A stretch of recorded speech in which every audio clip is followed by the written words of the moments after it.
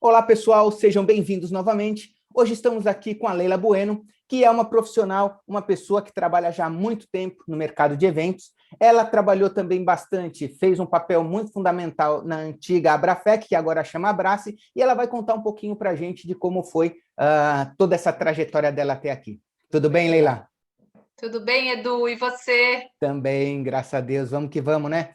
Nessa vida louca. Vamos que vamos.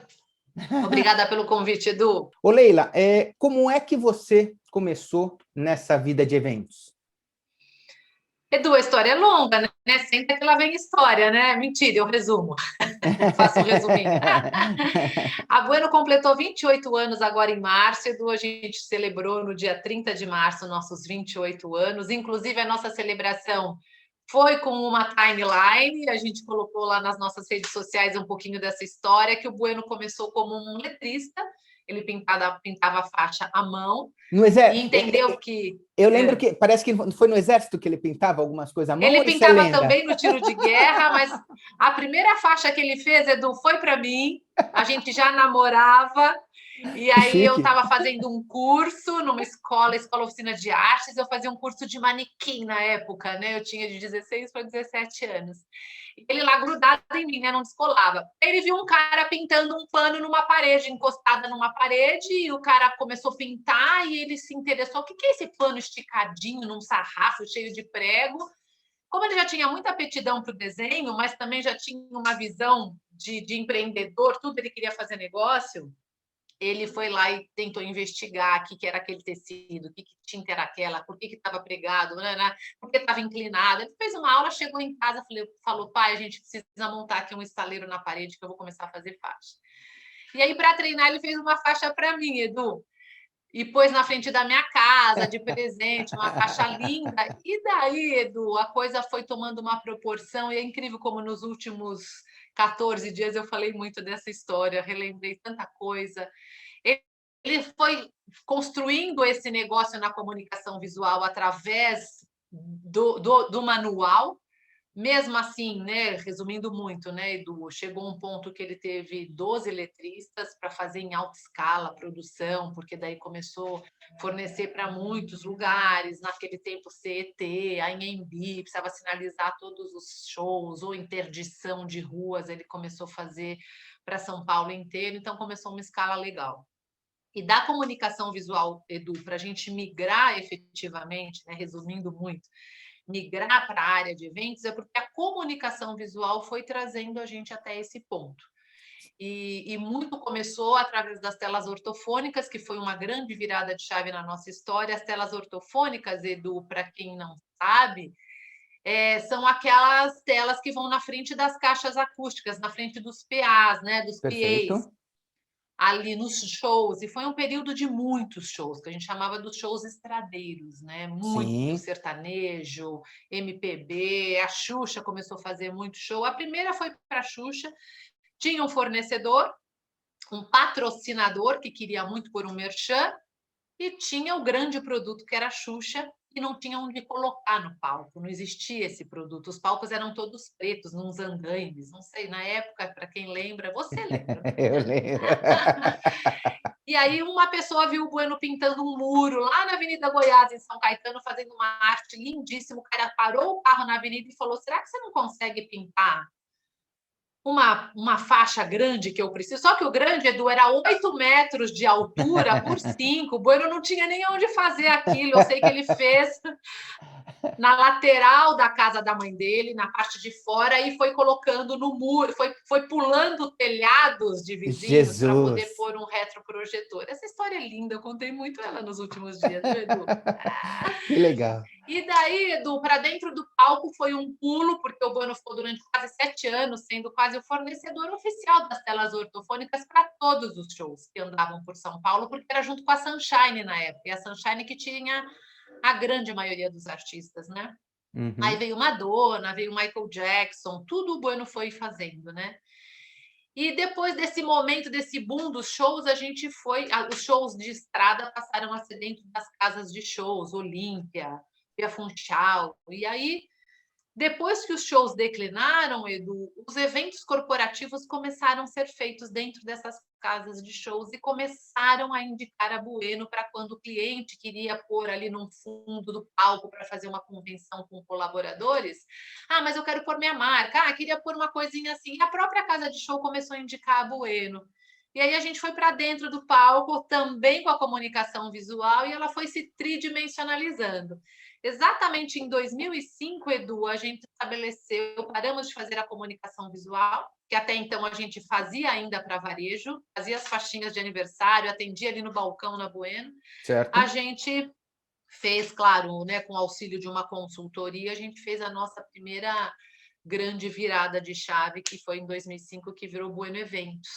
Depois virou Bueno Cenografia, depois virou Bueno BR Cenografia, e 2016, recentemente, né, agora há 4 anos, que a gente teve a Revolução Cenográfica e a nossa nova marca, e a gente virou Bueno Arquitetura Cenográfica, porque daí a gente viu que todo o nosso corpo de escritório eram de arquitetos, eu arquiteta desde então, o Bueno foi para a faculdade fazer arquitetura aos 45 anos, né, Edu? Se formou aos 50, e aí a gente entendeu que a arquitetura, junto com o efêmero, junto com a cenografia, era o nosso grande diferencial. E aí estamos aqui hoje, Estão Edu. aí hoje, muito bem. Eu vivenciei bastante, 2005 foi quando eu trabalhava lá na CIA Group, né? Foi quando a gente trabalhou bastante junto nos eventos de uma distribuidora de medicamentos.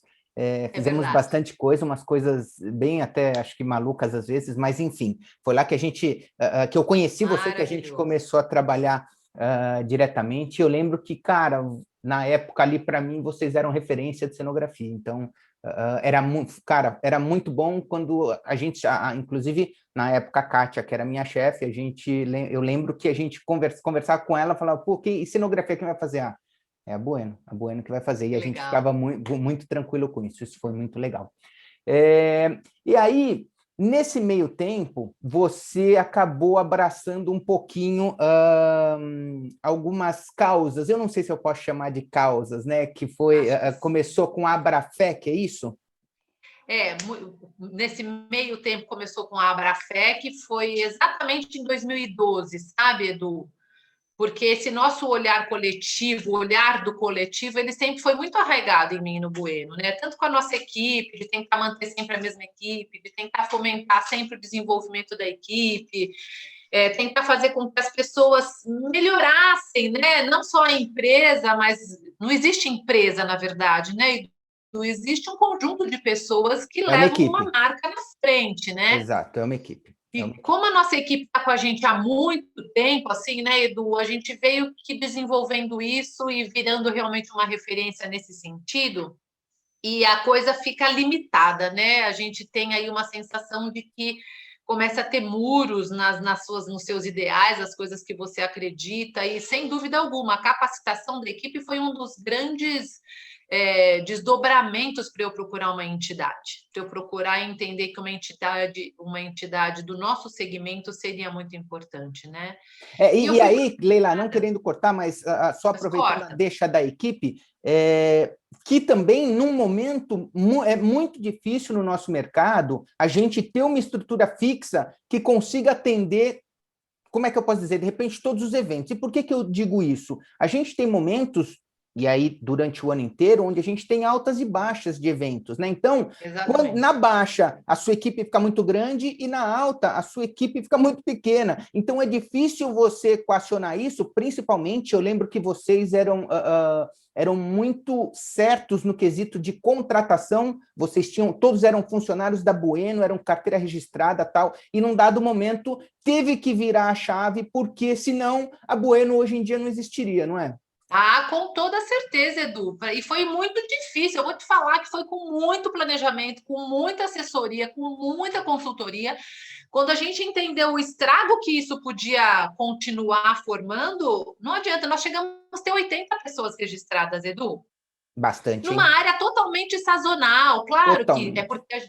Totalmente. Claro que eu entendo porque a gente tinha uma linha industrial, a gente foi mantendo tudo da comunicação visual, né? Com o crescimento e com o advento da tecnologia na comunicação visual, a gente foi agregando, comprou umas plotters de recorte na época, depois que saiu do manual, depois as plotters de impressão digital, gigantografia. Então, claro que você precisava de uma linha produtiva, então eu já estou contando com esse braço, com toda essa nossa parte fabril da comunicação visual, por isso que a gente tinha 80.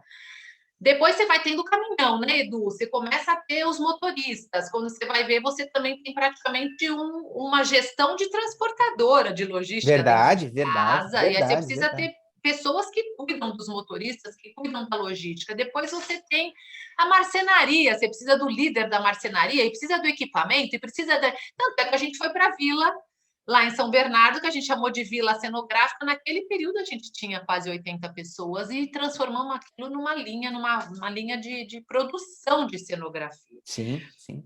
E inviável, a gente se endividou até onde não se pode mais para manter tudo isso, porque daí tinha aquele apego, não, equipe, e as pessoas que começaram a dar consultoria para a gente, fazer planejamento, falaram: só vocês não fazem isso? Vocês estão ficando loucos? Vocês querem morrer? Né? Que vocês querem? É bonitinho? O que vocês querem? Ganhar o reino dos céus? Estou brincando. Tem nenhum advogado que fala isso para mim. O que você quer ser? Ser canonizada? Que lindo, Leila. Só que não é a realidade do seu setor. Então, abre uma fábrica. Minhas advogadas falavam isso. Foi uma luta, Edu. Foi uma luta para eu entender isso. É E aí porque, nós ficamos... no fundo, e foi uma coisa que eu até conversei com o Paulo Ferreira numa das nossas conversas,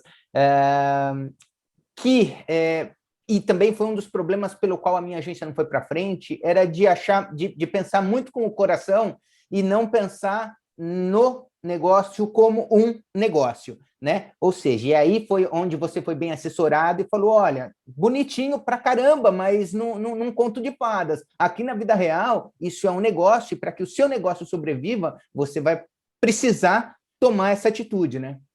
Exatamente, Edu. É doído, e são todos os rompimentos que a gente vai tendo na vida.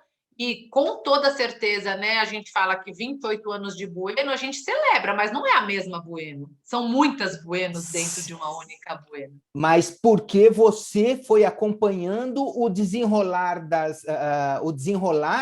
das necessidades. Eu não sei nem se eu posso falar isso, mas foi isso que fez você sobreviver até hoje, porque olha só quantas empresas nasceram e quantas fecharam.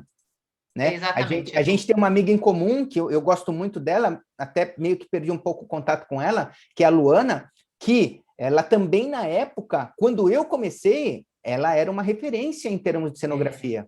Né? Era mesmo. Eu não sei efetivamente o que aconteceu, eu acho que não foi só a questão de não se adaptar a novos tempos, né? Eu acho que tinha outras coisas envolvidas, mas ela é um caso que, cara, ela teve muito sucesso e aí, de repente, tiveram que fechar as portas.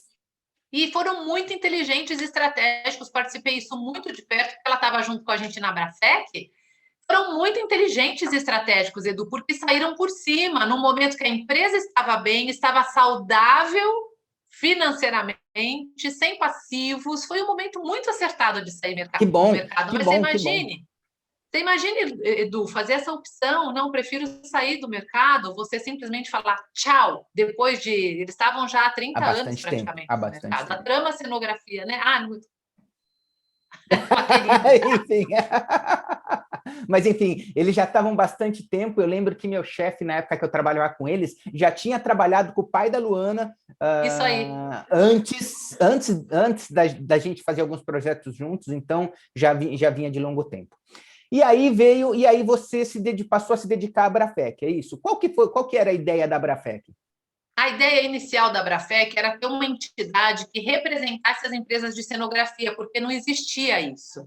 E foi a Kátia, também de uma grande empresa de cenografia, que foi a precursora e a idealizadora da Brafec, ela era da KSR, uma grande empresária também, uma grande mulher. Assim, eu tenho uma admiração enorme pela Kátia, porque ela teve essa audácia de bater na porta, Edu, de cada empresa de cenografia e falou: e aí, vocês não acham que está na hora da gente sentar para conversar?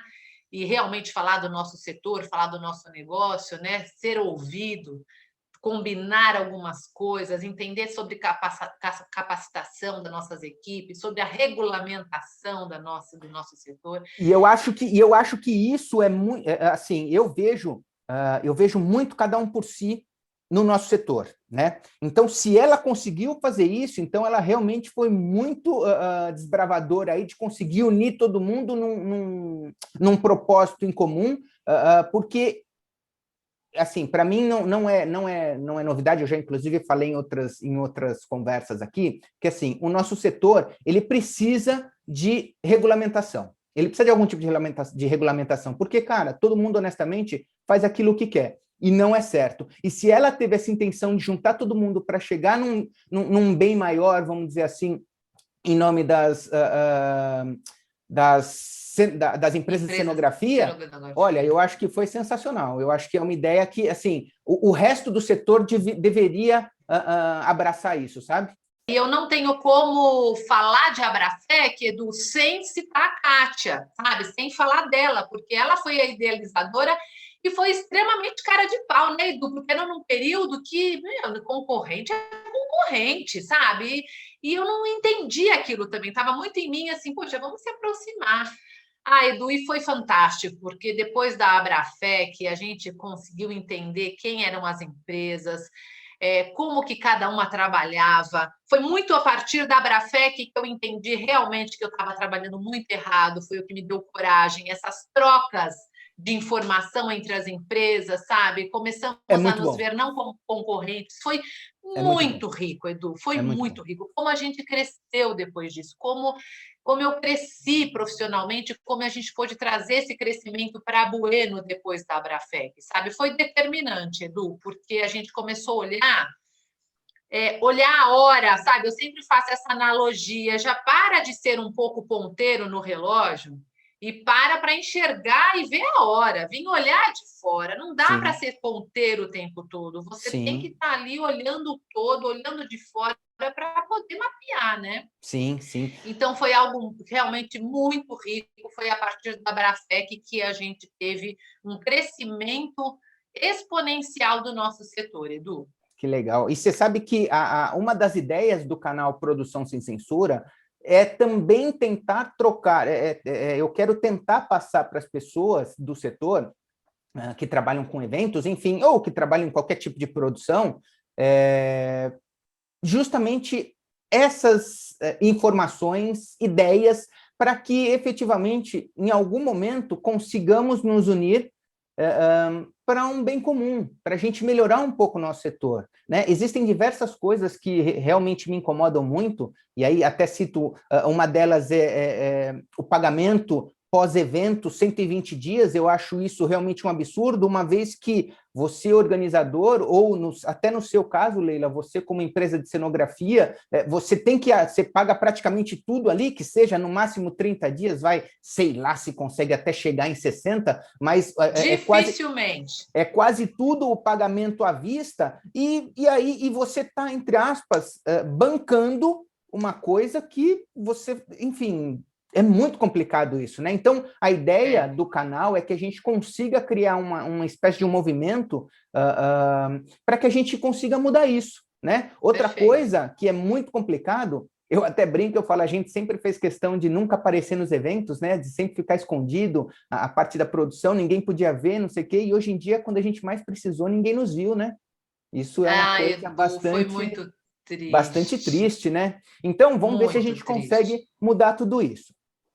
Aí, depois da Abrafec, virou Abrace, é isso? Aí virou Abrace, Edu. Claro, foi um movimento de praticamente 7 anos de Abrafec. Tem uma limitação, Edu, porque depois a gente fez um trabalho, inclusive, com a mentoria da Luana, né, através da Mudita, que ela faz isso muito bem. Sim. Nós fizemos um estudo do propósito da associação. Por que a associação existe? Por que ela nasceu? Com isso, nós percebemos, Edu, através desse estudo mentorado pela Luana, entendemos que a gente tinha chegado no limite, porque a gente não conseguia trazer mais empresas, a gente ficou numa limitação, Edu. Você vê, numa empresa no mercado como São Paulo, não estou nem falando de Brasil, mas no mercado como São Paulo, a gente chegou no limite de 14 empresas de cenografias. Empresas importantes? Sim. Relevantes para o mercado, que trabalhavam e atuavam muito? Sim, mas eram só 14, a representatividade muito diminuída. Só que o estudo que a gente fez mostrou que ideologicamente, por ideologicamente. ideologia, as empresas realmente, a gente estava num patamar. Uma entidade por ideologia, no máximo, é até 13%. Era bem o número que a gente estava em relação à quantidade de empresas. Que assustou muito a gente. Porque o que quer dizer? Na média, até 13% são as empresas que têm, de fato, em comum o desejo de compartilhar, de se movimentar por um setor, de se movimentar pelo coletivo. 13%, Edu, é muito baixo. É muito pouco. Por Muito isso que nós pouco. estamos pagando um preço tão alto agora. Verdade. Porque, culturalmente, a gente já não tem, o brasileiro já não tem a cultura do associativismo. Isso a gente já sabe. Em segundo ponto, por ideologia, o brasileiro é generoso, o brasileiro ajuda muito próximo, está sempre se mobilizando, mas não quando tem dinheiro no meio, não quando o negócio dele está envolvido. O brasileiro tem mais o perfil de cada um por si e Deus por todos.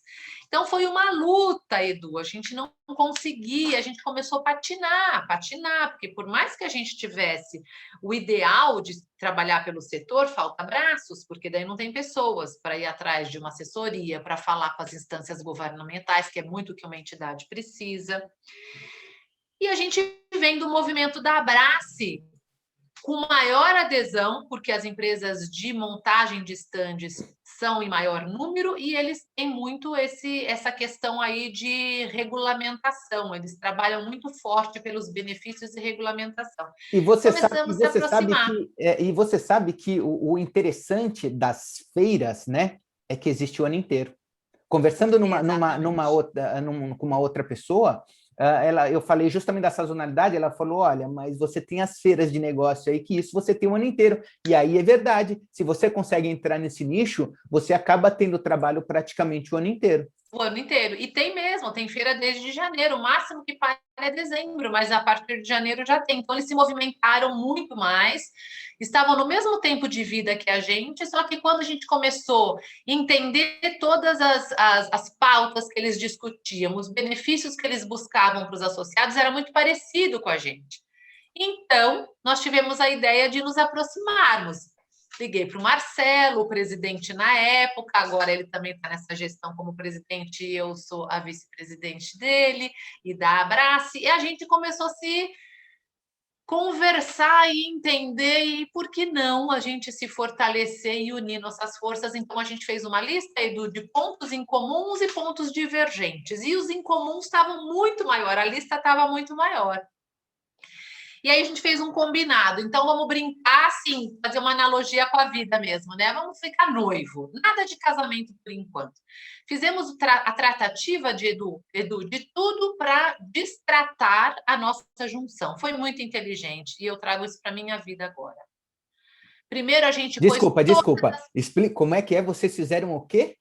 Primeiro nós combinamos todas as formatações do distrato. Se não desse certo. Olha que legal, Edu. Olha que amadurecimento, Edu. Porque a gente se junta, Edu, é igual abrir sociedade, é só uma parte bonita da coisa. É verdade, é verdade. Então, primeiro, foi a melhor estratégia que fez a gente estar aqui hoje. Vamos combinar, então, se tudo der errado, quais vão ser nossos parâmetros? Como a gente se separa, de quem que é a dívida, de quem que é a receita, de quem que é o associado. Edu, nós fizemos estrategicamente um plano do distrato e aquilo que nos pautou para fazer dar certo. Olha, que dica boa, hein, Edu? Essa dica aqui vale milhões de dólares. Verdade. Eu trouxe isso para a minha vida, eu falei, isso funciona muito bem, vamos combinar. Se tudo der errado, Edu, o que a gente vai fazer? Não é o tal do plano de contingência, Edu? Sim, não é tudo que a gente teve que fazer agora, nessa vida da pandemia? Verdade. Fizemos isso, ficamos 2019, Edu, inteiro experimentando ser uma única associação. Tanto é que a gente ficou assinando Abrace Abrafec, Abrace Abrafec. Fizemos uma junção das logomarcas com aquele e-comercial e certo? começamos a fazer tudo e explicamos isso para o mercado. Estamos, por enquanto, noivando. O ano que vem, depois de um ano de experimento, a gente vai entender se a gente vai casar ou se cada um vai para o seu lado. E foi assim que funcionou muito bem. A gente resolveu em dezembro de 2019, para começar janeiro de 2020, nós decidimos que deu muito certo, nós nos casamos e se transformou em uma única associação e ficou o nome Abrace, porque a gente entendeu que ele era mais forte e que ele poderia, com esse C e esse E no final, representar a cenografia. Deu tudo muito certo, Edu, foi bem legal. Brincadeirinhas bestas, mas ela abraçou vocês, é isso? A Abrace abraçou a gente e eles falam, não, mas quem deu o um abraço muito forte, quem se aproximou, quem teve a coragem, a iniciativa foi a Abrafec. Lógico que não é uma diretoria feita por 3 mulheres, Claro. não dava para ser diferente, Claro, né, Edu? Porque a mulher veio dar um toque todo diferente, eles só tinham homens na diretoria. E você acha que... como é que eu posso perguntar isso? Você acha que era muito machista esse meio? Totalmente. Ainda é. É uma luta. Ainda é. É uma luta para a gente ter voz. Eu não digo na diretoria porque a gente tem total afinidade. Hoje a gente dá esse toque. Ô, vocês não estão deixando a gente falar. Ô, como assim? Sabe? Hoje a gente tem essa intimidade. Mas é impressionante, Edu. No século XXI você fala, não, eu não estou ouvindo isso, eu não estou acreditando que isso ainda acontece. De, sei lá, um exemplo idiota.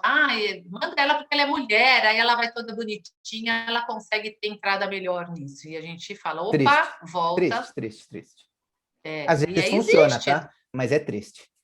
É triste, é muito triste, mas é triste, não é, Edu? É triste. A gente Não, ser usado como... como objeto, eu acho de uma falta de respeito assim absurda, né? Mas o ser humano vem evoluindo e eu acho que, se Deus quiser, em breve a gente vai estar livre disso.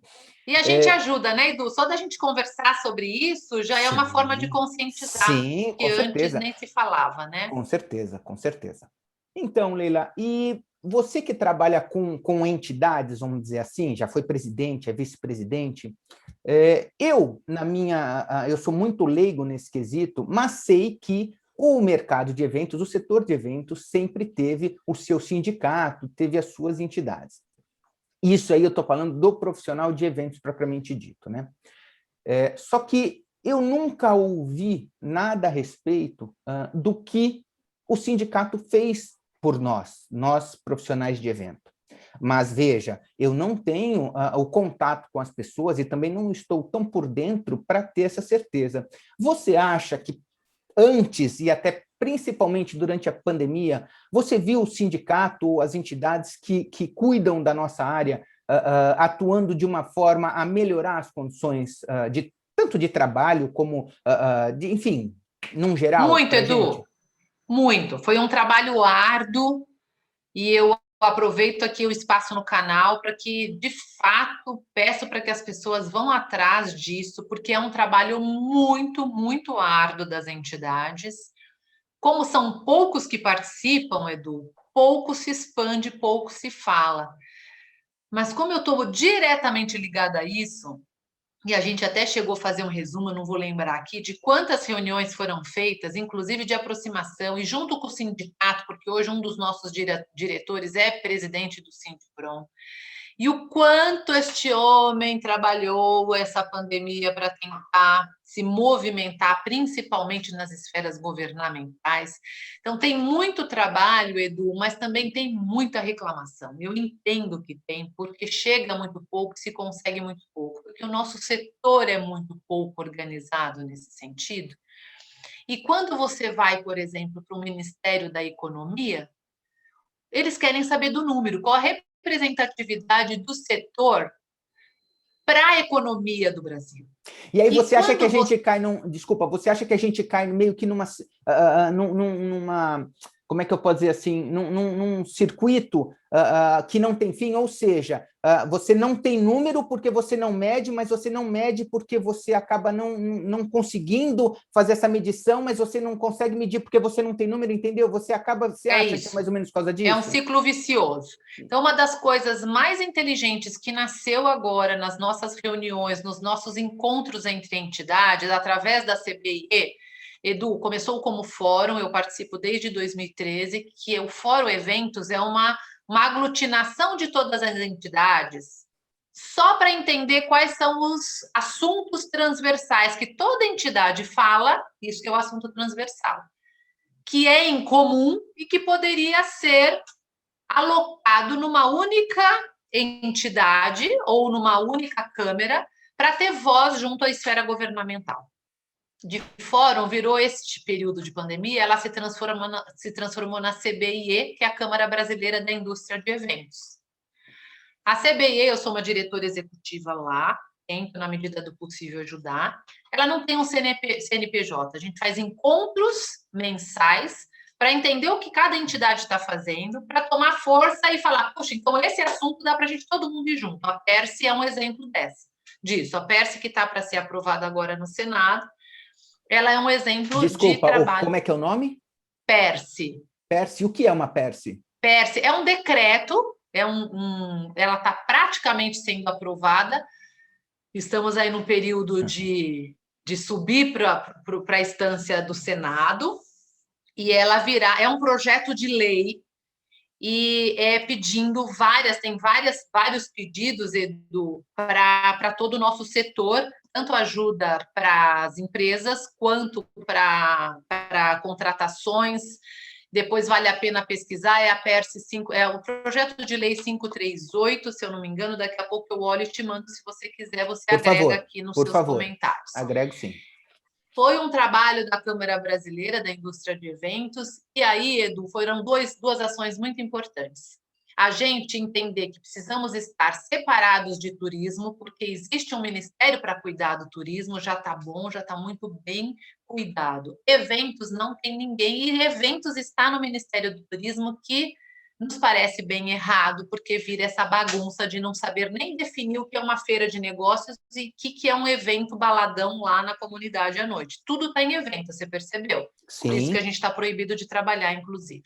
Sim. Porém, sem me estender, mas ser um pouquinho mais, tentar ser um pouco didática. Por favor. O que nós percebemos, que eu achei incrível, que foi muito acertado, é a falta de um KNAI de eventos. Um único KNAI. O nosso problema de não ser visto dentro de um Ministério da Economia, um dos problemas, é porque nós temos mais de 9 mil, mentira, nós temos mais de 800 KNAIs.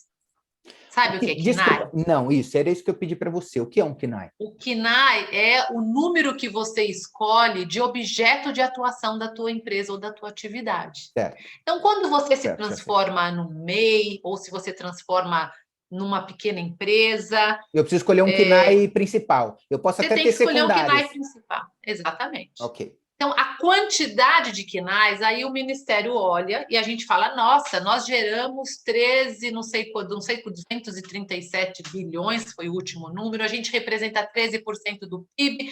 Aí o Ministério olha e fala, qual KNAI? Onde? Eles estão loucos, porque quando olha individualmente cada KNAI, Edu, está tudo tão pulverizado.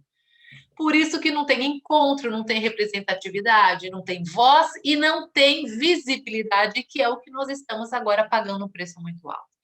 Olha que sacada, Edu, você ir trabalhar com evento, o seu KNAI principal é evento. Pronto, todo mundo tem esse KNAI. E depois, nos outros adicionais, você vai colocando as suas outras atividades. KNAI do produtor, KNAI da cenografia, KNAI da montadora, KNAI do buffet, só que o KNAI principal é de eventos. Aí você tem como bater na porta do Ministério da Economia e falar, tá aqui, ó, o que a gente gera. Você tem uma noção de quanto gerou em termos de volume, de faturamento, enfim, de circulação de valores em eventos? Não digo nem 2020, porque 2020 talvez tenha sido fraco, não claro. Teve. É que a última pesquisa que foi feita, a gente tem uma pesquisa, a última pesquisa foi feita, ela é datada de 2017, É uma pesquisa que ainda está circulando. Eu prefiro não falar em número e prefiro te mandar essa pesquisa e você põe aqui no descritivo Perfeito, da perfeito, nossa entrevista, tá? Porque eu perfeito, não posso perfeito. errar, isso é Não, claro, muito claro, claro, claro. importante, Mas, assim, mas existe essa você pesquisa. acha que a gente chega em bilhões? Chega, Chega em bilhões. Ou chega, seja, não Edu. é algo que a gente não é algo que a gente fala, ah, não, faturou, sei lá, 200 milhões, que já é Não, Edu, bastante, mas a gente está falando de bilhões, certo? olha, eu não quero errar. Eu vou te mandar essa pesquisa. Ela é o que está baseando a gente, inclusive nos pleitos, em todas as esferas governamentais, municipal, estadual, federal. É onde a gente bate muito nessa tecla, e isso é determinante. O seu canal é muito bem-vindo para alertar. Então, voltando a essa pergunta, tem muito trabalho sendo feito, mas também pouco divulgado, porque tem um descrédito girando em torno disso, Edu, porque está todo mundo, cada um correndo para o seu lado. Não, Todo mundo tem, e né? ninguém vê nada, tá todo mundo sofrendo, né? Tá todo que nem tem pessoas que estão. A produtora que a gente conversou agora há pouco, ela tá há um ano sem trabalho. Como é que você fica um ano sem trabalho, Leila? Você sustenta as outras Como? pessoas. Assim, olha, teve gente Como? criando canal de YouTube, tem gente fazendo docinho, tem gente. O pessoal tá tudo tendo que se virar porque simplesmente não tem de onde tirar dinheiro. Não tem de onde, Edu, e não tem subsídio, e não tem como Nada, ser nada, nada, nada. subsidiado pelo governo, porque a gente também estava ali, ó, tudo meio flutuando entre a informalidade, sabe? Entre isso é importantíssimo a gente discutir. O que que nós vamos fazer a partir dessa nossa experiência, Edu? O que de fato nós vamos fazer Que a aí partir eu daqui? volto a falar de novo que assim o setor precisa muito de regulamentação. Eu acho que em dois caminhos, esse que a gente está conversando agora, que a gente acabou, enfim, está conversando ainda, né? E outro que é toda a parte de atuação no mercado, e alguns exemplos são, puxa vida, uma concorrência, você ter 14 participantes numa concorrência, e aí, como eu já falei aqui também, assim, com certeza já tem um que ganhou ali. Já tem um ali, o resto está só fazendo, está só cumprindo tabela. Ou então, uma outra hipótese é que daí o cliente, não estou dizendo que façam, mas podem fazer simplesmente um Frankenstein. Pega as melhores ideias dos 14 projetos e monta e escolhe um doido qualquer, fala, ó, eu quero que você monte isso daqui para mim, ó. Já está tudo lá desenhadinho. Então O são Edu, e coisas você está coberto de razão, ainda é uma prática, provavelmente isso vai acontecer e as pessoas vão estar num desespero por trabalho e vai se submeter. Então, tem muitas coisas para ser discutida aqui nesse tema, Edu. Uma, pela propriedade intelectual, que é que onde a também, gente mais briga, o e nosso que é setor é o muito que mais importante. briga. Você sabe que uma vez eu fui tentar ir atrás de registrar Registrar. uma ideia, isso, de registrar uma ideia, eu desisti, primeiro pelo custo, segundo porque ela tinha que ter mais É isso aí. tanto detalhe, que não ficava inviável, não dava. Então, hoje em dia, tudo que a gente cria, se alguém copiar, não vai acontecer nada, sabe? Não Então, vai. realmente precisa regulamentar, porque daí, com certeza também, vai parar de pipocar empresas como se fosse pipoca, né? Porque hoje em dia é muito fácil, você não precisa de nada. Você precisa do quê? De um CNPJ, emite nota e uma conta no banco em nome da empresa. Só isso, basicamente. Porque como o que eu quero dizer é, você tem tantas empresas novas sendo criadas, e veja, eu não sou contra isso, mas eu acho que elas precisam ser criadas de uma forma, primeiro, que você consiga manter o mercado de uma forma, consiga mantê-lo de uma forma, a palavra acho que não é rentável, mas viável, porque você imagina, Viável. você que está no Viável. mercado há muito tempo, você tem uma estrutura X, certo? E aí você vai executar o orçamento do projeto, você automaticamente é obrigado a incluir os custos da sua estrutura. Problema Sem seu? dúvida. Cara, mas para você conseguir gerar a confiança, você tem que ter essa estrutura. Aí chega um Barnabé qualquer, e com todo respeito, todo mundo tem que crescer, todo mundo tem que empreender. A questão não é essa. Mas daí chega alguém que tem o quê? Um computador e um telefone, vai lá, faz um projeto semelhante, ou mesmo que seja diferente, mas com um custo que você, que já tem uma estrutura e tem um nome a zelar, não consegue cobrir. Não consegue, entende? Então, Ai, assim, Edu, essa discussão é uma loucura, né? Porque É uma loucura essa discussão, Edu, porque assim, eu acho que é uma grande enganação, porque o cliente sabe com quem ele está lidando. Os clientes vão ter que aprender muito, saber distinguir o que ele precisa e para quem que ele deve recorrer. Tem, sim, trabalhos para todo mundo. Eu vou te falar que... essa discussão é muito louca, Edu. Nem sei como que a gente vai falar dessa discussão. Olha, é muito complicado, até porque, Leila, a gente começa a entrar também num quesito de ética, principalmente quando a gente fala de cliente, porque assim, no fundo, e principalmente por causa das concorrências, né, a grande maioria dos clientes, o departamento... se eu entrar por esse lado, capaz de eu me dar mal, né? Mas eu acho que eu vou arriscar. Hoje em dia, quem define praticamente na maioria, vai nas empresas grandes, eu posso falar, é o departamento de compras, certo? O departamento de compras, ele vê valor. Como é que você, Leila, consegue comparar a cenografia de duas empresas? Como é que o departamento de compras, que isso sempre foi um problema para eles, eu sei. Sempre foi. Eu sei disso. Como é que consegue? Aí vem o Zezinho, e veja, o cara do departamento de compras, o funcionário lá do departamento de compras, ele está atrás de uma mesa, ele vai olhar duas planilhas. Para ele, ali naquele momento, é papel. Ou seja, ele vai olhar preço. Ele talvez, hoje em dia, como isso já está um pouquinho mais recorrente, talvez já estejam até um pouco mais preparados. Mas, no fundo, ele vai ver o seu orçamento e o do carinha que é só ele o computador, para ele ali é a mesma coisa. E quando ele bate, ou que seja até no seu fio ou nos seus custos, e começa a ver, ele fala, não, mas por que, gente, vocês querem fazer com essa daqui? Se essa daqui acaba sendo mais cara? Claro, existe toda uma confiança, existe todo um processo que já foi criado lá atrás de entregar que ele não tem esse conhecimento. E como é que isso cai na mão dele para ele resolver? Né? É um problema, Edu. É um problema que eu vou te falar, Edu. Você vê, eu dou até uma pausa, porque esse assunto, ele me cansa muito, ele me cansa.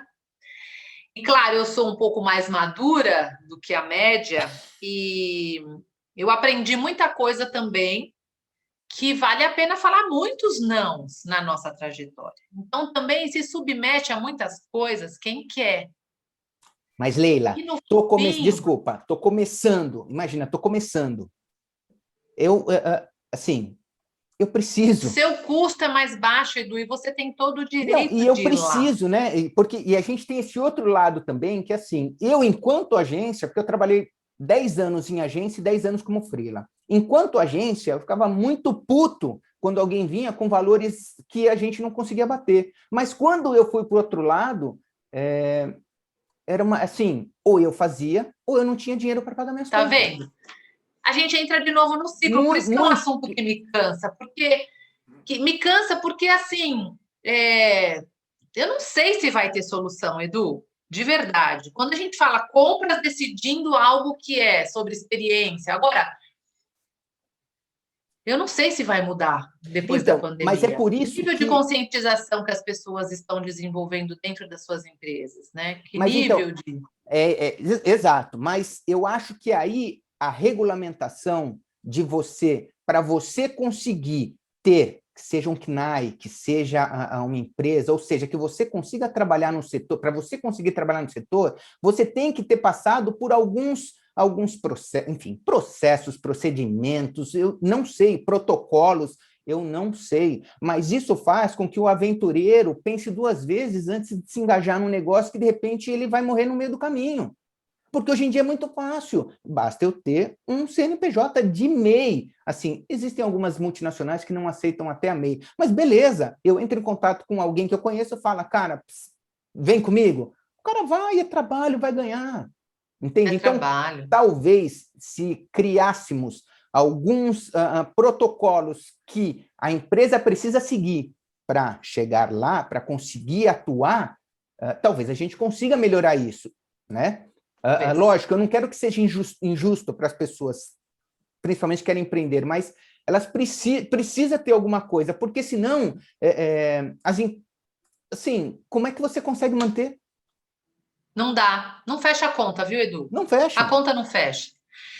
Dentro da Abrace, a gente tem alguns GTs, que são os grupos de trabalho. Tem o GT Regulamentação, tem o GT Educação, que a gente fala muito de capacitação para dentro da nossa área. O que é GT? Desculpa, Leila. GT é grupo de trabalho. Ah, tá bom, perdão. Grupo de trabalho. E aí tem o GT benefícios e o GT relacionamentos. Então, o grupo de trabalho, por exemplo, de regulamentação, está com um trabalho lá, está com um projeto muito interessante de ter pelo menos alguns componentes que as empresas precisam ter para se caracterizar como, por exemplo, uma montadora de stand e estar numa concorrência de forma leal com outras. O que, por exemplo, vou dar um exemplo, que tenha no escopo dessa montadora um arquiteto responsável. Pelo menos, claro. Entendeu? Então, a gente, claro, tem uma discussão enorme, poxa, mas a gente agora também vai tirar não sei quem da parada. Não, tem espaço para todo mundo, mas o cliente vai fazer essa escolha. O cliente tem que distinguir o que ele precisa para a empresa dele. Claro. E aí, quando a gente fala, Edu, de protocolos ou de regulamentação, só para voltar um pouco e contextualizar, foi o trabalho árduo que a gente fez enquanto entidade, enquanto Sindiprom, enquanto as entidades, foi muito para trabalhar sobre isso, como nós vamos voltar, quais vão ser os critérios de escolha, porque vai ser pega para capar, né, Edu? Quando tiver trabalho, vai ser. Vai. Então, a gente também tem que tomar muito cuidado para não voltar a ter acidentes de trabalho, para não voltar a ter pessoas totalmente despreparadas dentro de um pavilhão ou dentro de um evento. E tem muito, hein? E é um perigo. E aí, Edu, voltando para uma outra coisa que você falou, que é muito importante, eu também quero registrar aqui, que é essa questão do pagamento 120 dias, 180, que você falou ali atrás. E a Ampro fez um trabalho, eu não sei se você viu e se você pesquisou, a Ampro fez um trabalho. Não pesquisei, vou pesquisar. Com essas empresas, que foi uma coisa espetacular, Edu. À medida que cada empresa fazia uma divulgação, por exemplo, nas redes sociais, sobre alguma campanha de ajuda a necessitados ou campanha de ajuda XPTO, todos os diretores entravam nos comentários desse CEO, por exemplo, e falava: muito legal você estar ajudando as mães da favela com não sei quantas doações. O que você está fazendo para o seu setor? Olha a corrente de colaboradores que estão sendo, de trabalhadores que estão sendo impactados pelos 120 dias que você faz de pagamento. Perfeito. O que adianta olhar para fora e não olhar para os seus fornecedores, para os seus parceiros de trabalho? Isso foi um rebuliço, Edu, que vale a pena pesquisar o trabalho primoroso que a Ampro fez nesse sentido. Mudou, Edu, o formato e a forma de pagamento de 3 grandes players no mercado que estavam fazendo isso. Puxa vida, que legal, sensacional. Então, foi sensacional e foi graças ao trabalho de uma associação. Então, é importante a gente divulgar isso também, Edu, e às vezes parar de achar que precisa ir buscar muito longe. Às vezes, só o que a gente precisa nas entidades são mais braços para fazer tudo isso acontecer, porque ideia e dores são as mesmas de todo mundo. Sim. Só que a gente percebe que tem muita gente se movimentando paralelamente, mas não quer estar lá numa associação. Ai, gente, é porque paga R$ 170 por mês, é um absurdo. 170, por exemplo, estou falando da nossa associação, mas o que a gente precisaria são pessoas com mais cabeças desenhando esses projetos e fazendo isso acontecer. Por exemplo, capacitação. Mas eu acho, Leila, essa é a sensação que eu tenho enquanto eu tive a empresa registrada, não MEI, tá? Mas enquanto eu tive a empresa, que eu pagava alguma coisa, se eu não me engano, eu não lembro se era para o Sindiprom ou para alguma outra. E aí você paga, mas é o que eu falei, você não vê. Se as pessoas começassem a enxergar aquilo que de repente fazem por ela, né? Quais são os benefícios? Com certeza as pessoas não reclamariam de pagar. O problema é você pagar e não ver nada acontecer, né? Eu acho que o grande X é não ver acontecer e veja, não digo que não está sendo feito, mas as pessoas não veem acontecer. Então, precisa achar uma forma de divulgar essas coisas que estão acontecendo. O negócio da Ampro, que eu vou pesquisar e de repente vou colocar aqui, se não aqui, vou colocar no Instagram, porque isso é muito legal. Você fala, mudou 3 players no mercado. Cara, são 3 players no mercado, provavelmente, que investiam muito em eventos e davam muita dor de cabeça para muitos fornecedores. Eu passei por uma situação dessa, onde num grande evento, um lançamento, estava tudo previsto para pagar em 30, 45 dias, foram pagar acho que em 90. É uma tristeza. E existia ainda um boato de que não pagaram porque lá fora o ano fiscal vencia num determinado período que coincidia, você entende? Ou seja, Nossa, eles não pagaram para ter dinheiro em caixa. é duro, Edu. Isso é Cara, muito doído para a gente. você entende? Então, assim, é interessante, é muito importante que tenham essas atitudes, que a gente jogue no ventilador mesmo, justamente para, opa, não é por aí. E se não formos uma massa, né? Se não formos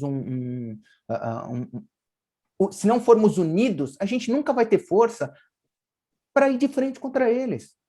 Não Você, tem como força. Bueno, ou qualquer empresa que tenha alguma dificuldade, nunca vai ter força ela sozinha, né? Não tem. O, Sozinho, não, a gente não anda 2 passos, dois Edu. passos. Os 2 que andam, normalmente a gente volta para trás. E Porque é você muito difícil. muito difícil. E a gente tem uma outra dificuldade, que é justamente como fiscalizar a participação das empresas nisso que você está propondo, nisso que estejam propondo, né? Porque, veja, vamos supor então, olha, vamos supor que chegamos num. É só um exemplo ridículo, mas vamos supor que chegamos à conclusão de que se o cliente não pagar em 30 dias, ninguém trabalha para ele. Sei lá, é ridículo, mas é um exemplo. Mas é um Ok, exemplo, é um bom exemplo. você faz, sua vizinha faz, seus conhecidos fazem, mas, cara, como é que você controla todas as agências no mercado para ter certeza de que alguém não vai fazer? Porque se alguém Só fizer, controlaria, o plano Edu, já foi para baixo. só controlaria se todos estivessem numa mesma entidade, como é, por exemplo, os órgãos regulamentadores, né? A gente, como associação, a gente não é regulamentador. Mas vamos falar do CONAR, que regulamenta a publicidade? Sim, Vamos falar de uma OAB, que tem voz, sim, que vai lá e derruba? sim. Enquanto não tem volume e compartilhamento de ideais e tomadas de decisões, vai virar tudo sempre bons papos, gostoso de estar aqui discutindo, mas com poucas ações. Claro. Não dá para regulamentar e não dá para fiscalizar, mas dá para combinar a regra do jogo e se todos não se submeterem, o mercado tem que mudar. Então, assim, por exemplo, lá na Abrafec, e foi muito ruim, isso a gente já discutiu em outros canais, na Abrafec, a gente fazia só uma orientação, porque a gente não poderia impor, de não participar de concorrência da concorrência. O que significava isso? Agências que estavam numa concorrência e chamavam 3 empresas de cenografia para fazer 3 projetos, para Eu poder fui obrigado levar. a fazer isso, e não concordo. Eu É cheguei a pôr fazer todo isso mundo e para não concordo. trabalhar à toa, sendo que a nossa capacidade intelectual, o nosso tempo é o que de mais precioso nós temos. Verdade. E a gente começou a fazer um combinado. Edu, nós mudamos muitas agências que começaram a perceber que todas as empresas de cenografia que ela estava acostumada a trabalhar, todas começaram a falar: não, concorrência da concorrência eu não participo. E eu acho E perfeito, eu aí acho a coisa perfeito. mudou pouco, de forma tímida, mas mudou. Mas partiu da onde? De uma conjunção ali de empresas que perceberam que a dor era a mesma e que algo precisava ser feito. Se você nem se junta para ver se a dor é a mesma, como você quer alterar o mercado se nem juntar você consegue juntar? Eu Verdade. estava aqui procurando, Edu, o nome da nova associação de produtores que nasceu. Eu não sei se você conhece. Não, não conheço, não conheço. Depois, se você puder Foi me um mandar. trabalho muito. Edu, o projeto de lei da PERSE é sim a PL 538, tá? Que é um Ok, caminho para uma regulamentação, que é importante depois a gente passar. Eu te passo isso para você por aqui. ok. E nasceu agora, Edu, deixa eu te dar o nome, ele é um pouco recente, mas é um trabalho belíssimo que a Cláudia Silva está fazendo, que é a Amprotec. Amprotec. Amprotec. Muito bem. Ela já está nas redes sociais. Deixa eu ver como que ela está Se aqui você na. depois tiver um contato dela, para eu também Tem. conversar com ela, se você não se incomodar, para ela também contar um pouquinho do que está acontecendo, e a gente vai divulgando, né? Ela é ótima, é a Cláudia Silva. A Amprotec, Edu, é a Associação Nacional de Produtores, olha Muito aí, bom, de muito bom. produtores e técnicos de eventos. Importante, Muito traz ela para sensacional. conversar, Vou trazer. porque ela também percebeu das dores e falou assim: não, então o negócio é se juntar, porque não adianta, se a gente não tem voz, se a gente mal consegue fazer uma manifestação, se ninguém vê a nossa manifestação. Tentamos fazer uma manifestação, a última que foi feita, Edu, O único momento que a gente conseguiu sair em algum canal de divulgação foi a Rede Globo falando que a gente estava atrapalhando o trânsito na Avenida Paulista. Triste, triste. É muito triste, é Triste, muito triste. Mas é isso, Edu, tem muitos movimentos que se fortaleceram durante a pandemia.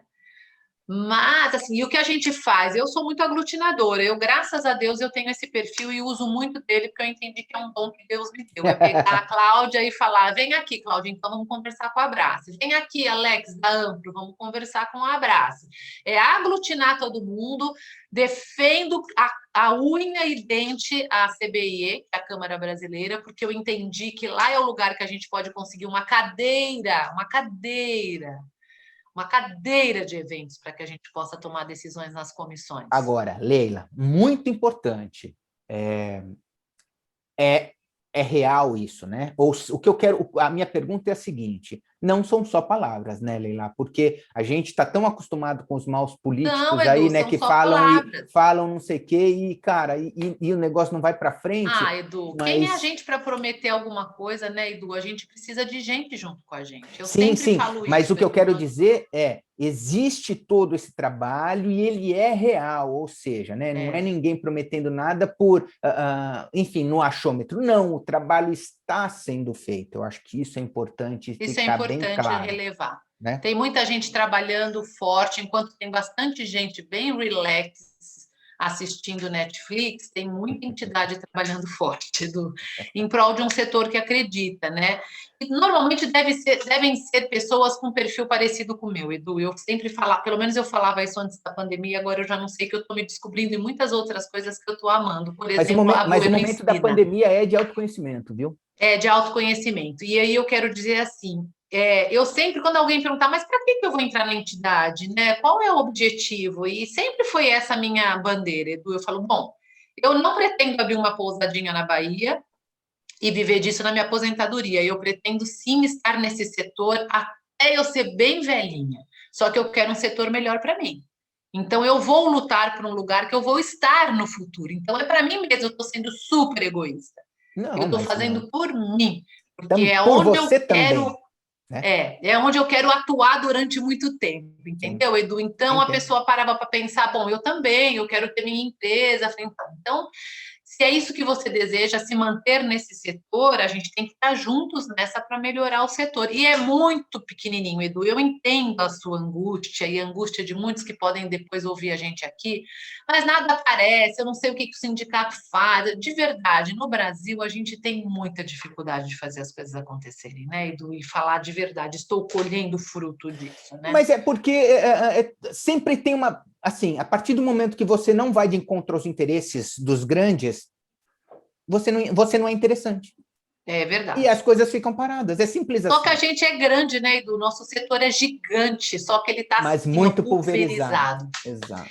Então a gente tem que mostrar o quanto a gente é grande através, talvez, de algum único jeito, juntar toda essa linha de atividades, o mapa, quando você pega um mapa, Edu, do que é o setor e onde a gente atinge, ele é muito amplo, né? Sim. Era esse setor que tinha que ser visto e a gente defende que a gente não poderia estar no braço do Ministério do Turismo e sim no Ministério da Economia, pelo que a gente representa para o nosso país e pelo PIB.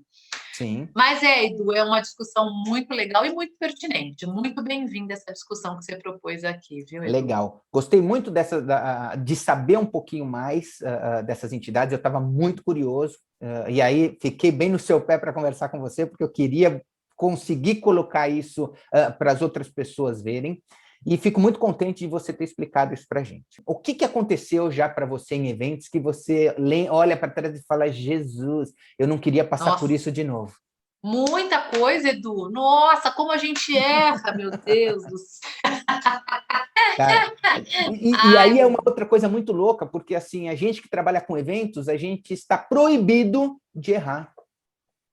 Só esqueceram de falar isso para, enfim, para o imponderável, né? Porque, cara, não adianta, você não consegue pensar em tudo, né? Isso é triste, mas é assim mesmo. A gente é proibido de errar, Edu, porque o setor que a gente escolheu, a área que a gente escolheu trabalhar, ela é muito rápida, ela é efêmera, né? Sim. E muitas vezes você erra, já não dá mais tempo de consertar, porque ela acaba acaba muito rápido. É diferente de você errar numa obra, por exemplo, na casa de um cliente, quando você na arquitetura está trabalhando na arquitetura convencional. Você tem tempo de você consertar. Sim. Veio errado o mármore da pedra, sei lá da onde, da pia. E eu vejo minhas amigas arquitetas sofrerem muito com isso. Faz mal, a gente mede de novo, sei lá, briga quem vai pagar e faz outra. Em evento não dá tempo de Não errar, dá por tempo. isso que a gente é proibido de errar. E normalmente o erro acontece e todo mundo vê, né? Aos olhos nus, todo mundo vê. O Edu, nós Você fizemos um pode ter feito, evento... rapidinho, Leila, você pode ter feito tudo perfeito, mas se tiver alguma coisinha, algum detalhe que não ficou de acordo, ou que, sei lá, que deu algum problema, eles vão lembrar do detalhe que deu problema, eles não vão lembrar do restante todo. É que nem um evento. Se no evento, meu evento foi perfeito, mas na hora de ir embora, o valet errou, deu problema no valet, a primeira coisa, pô, você foi no evento? Eu fui, cara, e o valet? É assim, Ô, Edu, e aí a isso, gente né? vai aprendendo com os erros, né? Porque aí para isso que tem os planos de contingência, Sim, né? sim, E claro, eu claro. aprendi recentemente também, nem é tão recentemente, mas foi na pandemia, com uma pessoa extremamente capacitada em erros de contingência, ele falou, traz sempre para a sala para quem fazer seu plano de contingência os mais azarões, aqueles mais críticos, os que pensam nos problemas, aqueles que falam, isso não vai dar certo, traga esses, que eu odiava. Tá bom, vou trazer esse agora. Edu, erramos sempre muito, existiram erros graves, e eu vou te falar que muito do que a gente tem como experiência é que como foi a nossa habilidade de consertar. Eu acho que isso fez toda a diferença. Então, por Sim, mais que sim, você sim. erre, a habilidade de consertar e o seu jogo de cintura e o quanto você põe a cara a tapa e fala, o erro foi meu, deixa que eu vou consertar. Eu acho que esse é o outro problema. As pessoas não querem assumir e fica um jogando para o outro, principalmente quando tem Verdade, agência no meio, com todo respeito, mas eu sei que os verdade. intermediários, a agência adora jogar o problema na mão do fornecedor, ao invés. Nesse momento não existe parceria. Existiu parceria no momento de fazer o projeto de um dia para o outro, de fazer a alteração do dia para o outro, de consertar. Parceiraço. No momento que a bucha estoura, a Ele estoura agência sempre do fala, lado mas mais fraco. foi o É fornecedor de sempre no último elo da cenografia. corrente. É E sempre é ele que sempre o sofre. último elo da corrente. É Só que a sempre ele. gente é do tamanho do nosso elo mais fraco. Eu adoro também É verdade, essa é frase. verdade. A gente É é do verdade. tamanho do elo mais fraco. Tá todo mundo no mesmo buraco. Então, naquele momento, todos se enfraqueceram. Então, Edu, tem um case que foi incrível. Uma convenção que nós fizemos. É muito legal. Se não fosse trágico, seria legal, mas o bom é que deu tempo da gente consertar. Mas foi uma convenção de uma empresa bem grande e como tinha sido recentemente assumido um novo presidente, eles tinham unidades de negócios muito separadas, né? Era uma gestão toda separatista, eles meio que concorriam até entre eles, cada unidade de negócio. E o presidente, quando assumiu, a primeira coisa que ele quis é levar uma mensagem de que todos eram um só, era uma única empresa, não podia ter essa separação. Mas aí surgiu essa grande ideia do projeto do Bueno, inclusive foi essa ideia que fez a gente ganhar a concorrência na época com a agência que a gente estava. E, Edu, foi assim fascinante. A ideia era justamente isso, transformar as salas separadas em uma única sala.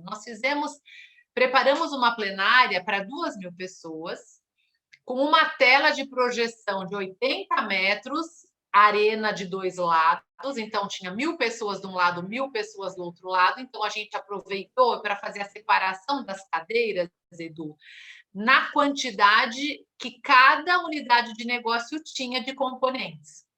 E dividimos tudo isso com tecido, todo na traquitana, inclusive as laterais da própria parede do hotel, para ninguém perceber que ali não fazia parte da parede da sala. E a ideia, Edu, é que em determinado momento, depois que o grande vídeo passasse, um vídeo todo fragmentado, cada vídeo passava ali para a tua parte de tela. Caraca, que loucura. A cortina caísse no final do vídeo e todo mundo ia ser surpreendido que eram um só, estavam todos na mesma plenária. Olha que show de projeto, né? Que Não, os show. clientes Um show, um meu, show. quando surgiu essa ideia? E eu lembro que eu e o Bueno, a gente estava de férias, a gente estava lá em Santiago do Chile, O cliente falou, não, é um projeto, preciso de vocês. A gente no hotel, tá bom, vai, vamos junto aqui fazer um brainstorm e vamos pensar. Surgiu essa ideia lá no Chile.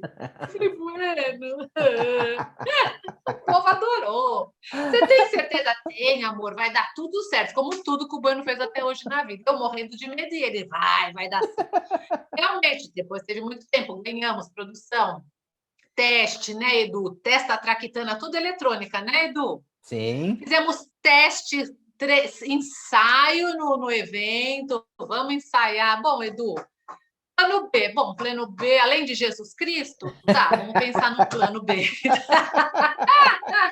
Não, o plano B, o Bueno deixou muito claro. Plano B, se por um acaso, se algum dos elétricos, Edu, porque ele era por ativação em conjunto, se um dá ruim, os outros não abrem, porque é magnético por conjuntos. Certo. Edu, vamos lá, galera entrando, musicão, cada um entrando por uma única porta, só que a gente fez um túnel de entrada e aí separava as portas, cada um entrava pela sua própria unidade de negócio, sentava e tá bom, começou o nosso projetinho ali, nosso evento todo e a gente ali, né? Eu fiquei bem... Edu, o tchá-tchá-tchá na hora H não caíram todas as cortinas. Não. Então, foi um dos projetos assim que mais meu coração saiu pela boca. E não dava para chegar e para puxar assim na hora? Foi isso que foi feito. Esse era o plano B. Tinha plano B. Todos os produtores, ainda bem que foram muito parceiros, porque não funcionou. E a gente aceitou o desafio, que só tinha uma noite para montar essa loucura. Mal deu tempo de trabalhar, de ensaiar. E depois a gente se arrependeu de ter aceitado fazer numa noite só, porque não deu para testar tudo. A gente testou uma única parte. Isso foi uma depois coisa, que a gente Leila, montou... Pode terminar, pode terminar. Não, pode terminar. Que depois que a gente montou, veio a galera da iluminação, do som, sabe? Muita coisa pode ter mexido ali e a gente não teve esse tempo. Claro que eu estou justificando, porque a gente não queria que desse errado. Não, e tudo foi pensado para dar certo. Foi tudo pensado e planejado para dar certo. A única coisa, e que normalmente a gente sofre muito, é justo com isso. Com um prazo de execução, às vezes, realmente muito apertado. Então, assim, quantas chances você tem de acertar? Só uma. Ou seja, não. E assim, depois que vocês montaram tudo, e aí veio sonorização, veio iluminação, projeção, alguém foi fazer um cheque? Deu para fazer um cheque de novo? Não deu tempo. Aliás, sala entrando, os meninos terminando de portelão. Foi uma loucura. E depois, até hoje a gente se pergunta por que a gente se submeteu a isso, então, né? sabe, esse negócio de você não conseguir planejar, assim, na verdade a gente consegue planejar, mas não adianta, mas você planeja uma execução segura para que realmente aquilo aconteça. A partir do momento, e você precisa de X período para isso. Se você não tem esse X período, literalmente, seja o que Deus quiser. É isso aí. Você foi triste, porque aí foi todo mundo puxando e deu certo, toda uma galera... Né? Ninguém nem imagina, porque foi tudo muito rápido, só via todo mundo subindo em palco, porque uma parte, ainda bem que a parte que o presidente entrou, Edu, caiu. Ele não ficou lá sozinho falando só para uma parte da sala, caiu e caíram as laterais. Mas aí teve uma galera que ficou exclusa, sabe? Ficou nas salinhas ali, foi tudo, gente até pendurada na cortina, né? Esses aí foram os que foram demitidos depois? Esses que ficaram? Eles já não iam fazer parte do processo mesmo. Foi friamente calculado. Jesus. Foi um dos cases que a gente lembra muito, ele nem é tão antigo, já teve outros, mas é que você perguntou assim, a queima-roupa, e eu lembrei muito desse case que deixou a gente bem tristinho. E agora, no sentido oposto, qual foi o momento assim que te deixou mais com o coração palpitando, que a ponto às vezes até de chorar? Qual foi o momento mais emocionante que você teve assim de alegria, né? num evento? Muitos, Edu, muitos, né? Porque a gente tenta ao máximo estar junto, né, Edu? E assim, estar no próprio evento, quando está tudo, aquela composição do vídeo, da luz, as pessoas entrando. Eu vou falar um que eu chorei muito recentemente, eu chorei de emoção mesmo, que foi até de um cliente que a gente já teve em comum, de uma distribuidora farmacêutica, né? Eram tantas pessoas em cima do palco e nosso desafio sempre foi o tal do palco, que a gente faz sempre até hoje, né, Edu? Não sei se você sabe. Não, não sabia. Ai, que legal. Fico muito contente de saber que vocês fazem até hoje, cara. Que legal, muito bom. Só que quando a gente foi reconvidado a fazer, Edu, é porque tinha tido uma fatalidade com o palco, tinha acontecido um problema com um outro não fornecedor. sabia? É mesmo? Não chegou a ter fatalidade, Sim, desculpa, sim, sim, usei a sim, mas palavra. o palco deu algum problema. Deu, o palco caiu. Uma pessoa chegou a se machucar e o evento foi por água abaixo, porque o evento é no palco, né? Você sabe. Sim, 1.000 pessoas no palco. E a gente foi chamado para começar a fazer novamente, já fizemos mais 5 edições, antes da pandemia, né?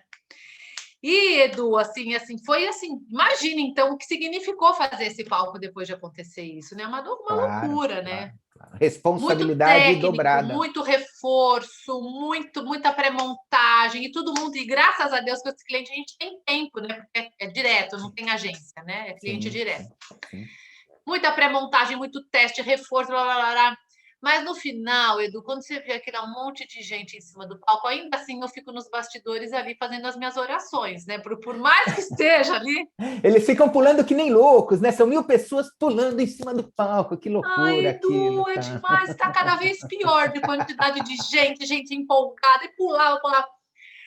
Já foi muito emocionante, porque daí eles agradeceram a gente no palco, que isso é muito legal, né? Toda a diretoria agradeceu a gente no palco, falaram 2 vezes sobre.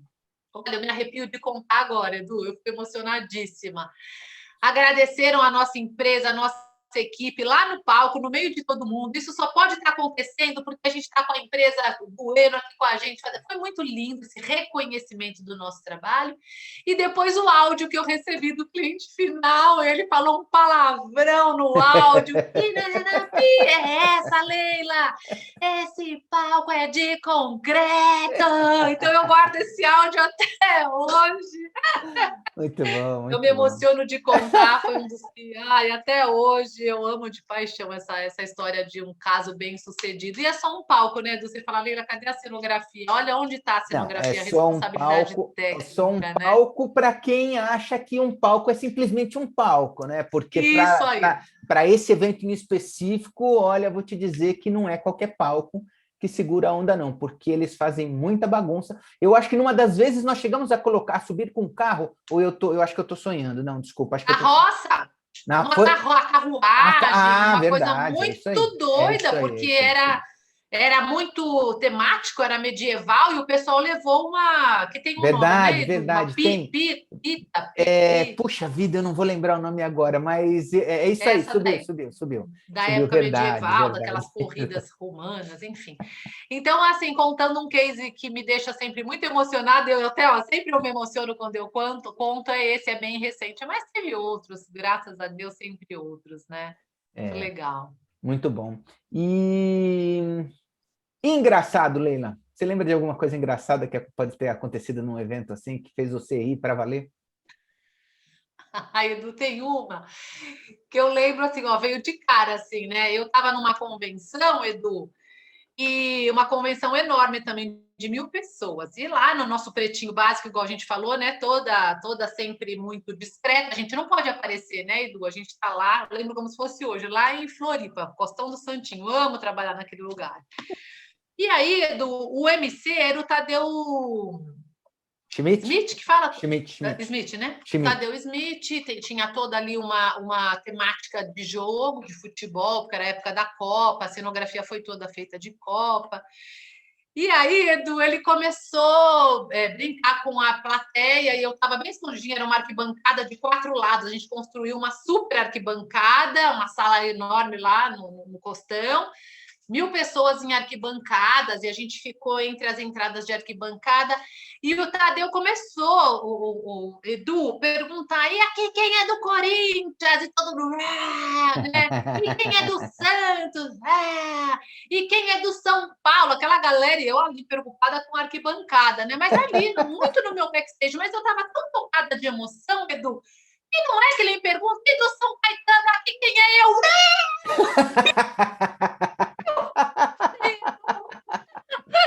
Todo mundo me olhou assim, os produtores da agência. Gente, que isso? Eu abaixei para não aparecer. Quem? Eu não vi, aí eu não apareci nunca mais, porque eu me dei conta que eu não fazia parte daquilo, né? Eu era backstage, eu não podia ali colocar a minha emoção ali, né? Mas eu pus, eu não aguentei, né? São Caetano, Bengala Azul, eu.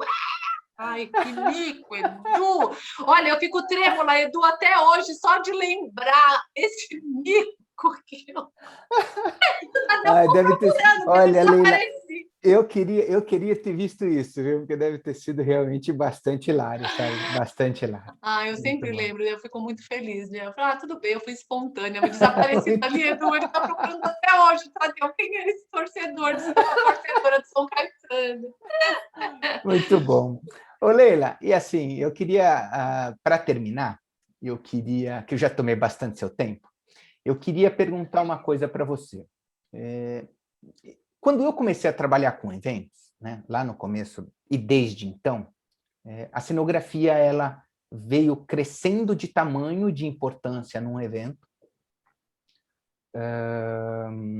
mas com o advento das novas tecnologias, principalmente de telas muito grandes, como você enxerga que a cenografia, o futuro da cenografia, vai ser só assim, eu estou usando mais estou deixando stand de lado, porque stands costumam ser temáticos e ter não é só a tecnologia que conta, às vezes o design conta bastante também, mas na parte de cenografia, e principalmente nos eventos de negócios, aí, né, nos eventos corporativos, você acha que vai ficar sendo só um acabamento? Ou você acha que existe a chance da cenografia voltar a ser aquilo que era em termos de grandiosidade? Ah, Edu, olha, com certeza esse estigma das grandes projeções, do mapeado, até do LED, ele já teve um declínio muito grande, porque ele teve o boom, e depois foi entendido que o protagonismo estava na tela e no conteúdo e não no usuário, e aí deixaram o usuário só contemplando, como se ele foi excluso de toda a experiência, e isso remediou-se muito rápido, a gente participou muito disso, é, e a gente começou a perceber do que alguns grandes eventos que a gente está envolvido, mais do que nunca, a cenografia virou de novo uma grande ferramenta para promover a experiência. O que eu vejo é que isso mais do que nunca vai crescer na volta, porque as pessoas estão sedentas por experiência, por experimentar. Você E acha que quem os eventos souber, voltam, né? Os eventos presenciais, eles vão voltam. voltar, né? Eles voltam nunca mais iguais, como são, sempre vão ser híbridos e sempre agora vão estar lá com o streaming em paralelo, vai ter presencial junto com o streaming, agora a gente vai trabalhar junto com o mundo digital o tempo todo. Não acho que ninguém substituiu, só nesse período pandêmico que foi muito bom ter substituído, porque pelo menos não parou essa máquina toda, senão ia parar todo mundo, a coisa ia ter um Verdade, problema muito mais em cadeia. verdade. Eu vejo, Edu, que mais do que nunca tenho feito muito, inclusive, essa provocação para os pensadores de espaços e experiências, até ali nas minhas lives que eu faço de terça-feira na Buena Ensina, né? Estou provocando esses pensadores de espaço, o que eles estão projetando? Como que vai ser essa volta, né? Para Sim. essa ocupação do espaço. Então, eu vejo que quem souber fazer muito bem essa junção da tecnologia e das ferramentas que estimulam os sentidos do ser humano, vai ser muito assertivo. Então, eu vejo isso de menores tamanhos, que possa ter uma humanização ainda mais potencializada. Vejo muito isso no Brand Experience, Edu, muito nos eventos de experiência das marcas. Algumas marcas já fazem isso muito bem, e aí a gente teve, inclusive, um cliente que desde 2017 descobriu essa fórmula e veio numa crescente, que a gente começou a levar a experiência através da cenografia num evento que era totalmente sério, totalmente formal, e eu não estou falando só de coisa lúdica, porque era temático, igual a gente está acostumado a fazer alguns. É o institucional revestido de experiencial. Muito Quem bom, que legal. conseguir fazer isso vai acertar muito, viu, Edu? Que legal. Essa é a minha percepção, viu? Muito bom, muito bom. Tem Olha, espaço para Leila, todo mundo. tem mesmo. Olha, eu agradeço imenso a sua presença aqui no canal. Acho que trouxemos informações aí, mexemos em assuntos bem interessantes. E agradeço aí o seu tempo por conseguir aí estar com a gente, ok? Eu Muito que obrigado, agradeço, Edu. tudo de bom para você e até uma próxima. Até. Muito obrigada, Edu. Tchau, tchau.